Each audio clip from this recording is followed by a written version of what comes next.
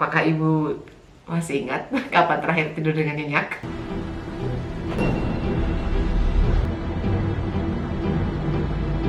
Kembali lagi bersama Bantu Bunda. Kali ini aku mau bahas tentang drama Korea yang berjudul Daily Dose of Sunshine. Dimana di episode yang cukup membuat aku menjadi, oh iya ya, ini relate banget kayaknya ya sebagai seorang ibu. Di episode kelima, ada seorang ibu yang bernama Ju Yeong, dimana dia mulai sibuk dengan pekerjaannya, lembur. Kejadian yang membuat ibu Jo Yeong ini kaget adalah ketika anaknya pulang ke rumah dengan luka di mulutnya dan menangis. Sebagai seorang ibu, kita pasti sedih ya melihat kejadian seperti itu. Akhirnya dia melaporkan kejadian itu ke sekolah dan meminta pihak sekolah untuk bertanggung jawab. Memang relate dengan ibu-ibu ya, ketika harus panggil ke sekolah, dia harus datang ke sekolah, dia harus menemani anaknya, dia mengurus keperluan anaknya. Namun terlihat juga di episode kelima ini di mana sang ibu atau Ju Yeong ini mengalami beberapa hal yang agak aneh ya. Kenapa kok dia tiba-tiba bisa lupa? Mengkonsultasikan kejadian pembulian anaknya itu apakah berdampak pada anaknya, yaitu secara psikis. Tapi sepertinya psikiater atau dokternya ini malah mendapati sepertinya sang ibu atau Jo Yeong ini yang sedang bermasalah. Di situ dia ditanya bahwa apakah kamu tidur dengan nyenyak? Apakah ibu masih ingat kapan terakhir tidur dengan nyenyak? Itu akhirnya dia jadi kayak sadar, oh iya ya, kapan ya? Akhirnya introspeksi, apa yang salah dengan saya sebagai seorang ibu yang bekerja dan ngurusin anak? Kok malah aku nih yang istilahnya kok malah aku yang sepertinya butuh konsultasi atau sepertinya butuh perawatan kayak gitu.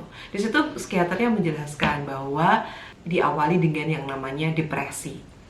Diawali dengan melupakan hal-hal yang sepele atau kejadian-kejadian yang barusan saja sebetulnya terjadi.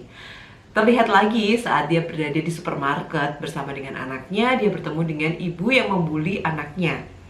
Tapi di situ dia malah menyapa dengan seakan-akan dia lupa bahwa anaknya ini pernah membuli anaknya sendiri. Anaknya sang ibu yang dia sapa itu membuli anaknya.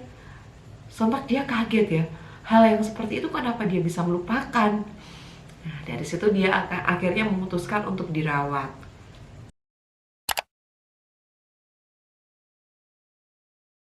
Dan di rumah sakit itu ternyata dia diminta oleh sang dokter untuk menuliskan autobiografi. Pertamanya aku lihat, oh hanya nulis aja. Mungkin di situ dokternya meminta sang pasien untuk melihat kondisinya dan menggambarkannya dalam bentuk tulisan. Ternyata sebetulnya setelah menulis diminta untuk menstabilo hal-hal yang negatif yang dia alami selama dia hidup. Jadi dia kecil sampai dia dewasa. Dan dia menyadari bahwa setelah punya anak, stabilonya kuning ini atau hal-hal negatif ini sering terjadi. Dari situ, aku jadi pingin bikin juga nih. Ini tuh kadang membuat kita sebagai seorang ibu yang sudah punya status ibu, itu melupakan diri kita sendiri. Kita mementingkan keluarga dan pekerjaan menjadi nomor satu. Padahal kita sendiri sebagai ibu juga harus memikirkan diri kita sendiri.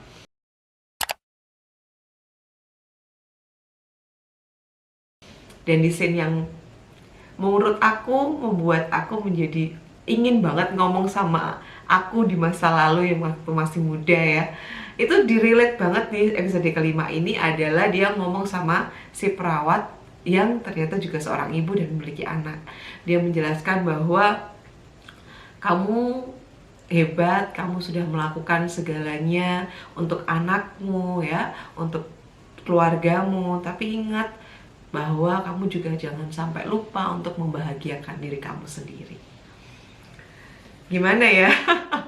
Inilah jadi seakan-akan, oh iya, kayak kita tuh ditampar banget sama episode kelima ini. Sebagai seorang ibu yang bekerja, mengurus rumah tangga, mengurus anak, yang kadang melupakan diri kita sendiri. Ya itu dia. Penting banget ya bunda yang namanya me time. Jadi kalau kita sampai melupakan beberapa kejadian yang barusan terjadi, ingat ya, mungkin kita depresi. Jadi mulai menyadari dan mungkin bisa dicoba untuk mulai menulis autobiografi dan menstabilo beberapa hal yang negatif yang sudah terjadi dalam hidup kita.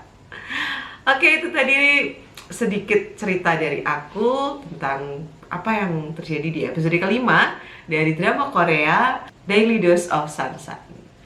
Oke, terima kasih. Semoga videonya bisa bermanfaat. Jangan lupa untuk subscribe, like, komen, dan share ya.